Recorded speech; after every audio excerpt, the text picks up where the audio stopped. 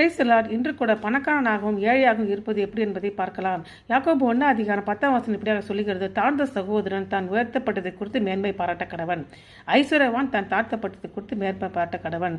ஏனென்றால் தேவ அன்பும் பணத்தின் மேல் உள்ள ஆசையும் ஒன்றுக்கு ஒன்று விரோதமாக இருக்கிறது. உள்ளார்த்த தீமை என்னவென்றால் பணம் அல்ல, மாறாக பணத்தின் மீதான ஆசை.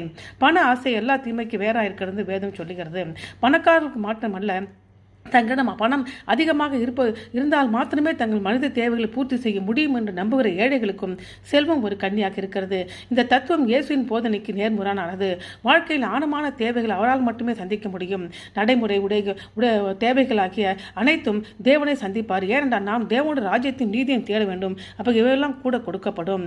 தாழ்ந்தவர்கள் தங்கள் தேவனுடைய ராஜ்யத்தில் ஒரு நாள் உயர்த்தப்படுவோம் என்று வாக்களிக்கப்பட வேண்டும். ஐஸ்வர்யவான்கள் தங்கள் ஐஸ்வர்யத்தில் நம்புவதற்கு கண்ணியில் இருந்து விடுபட்டு தேவ அன்பிலும் தாழ்மை இருக்க வேண்டும். ஆகவே விசுவாசி பணக்காரனும் ஏழையாகவும் இருக்கிறான்.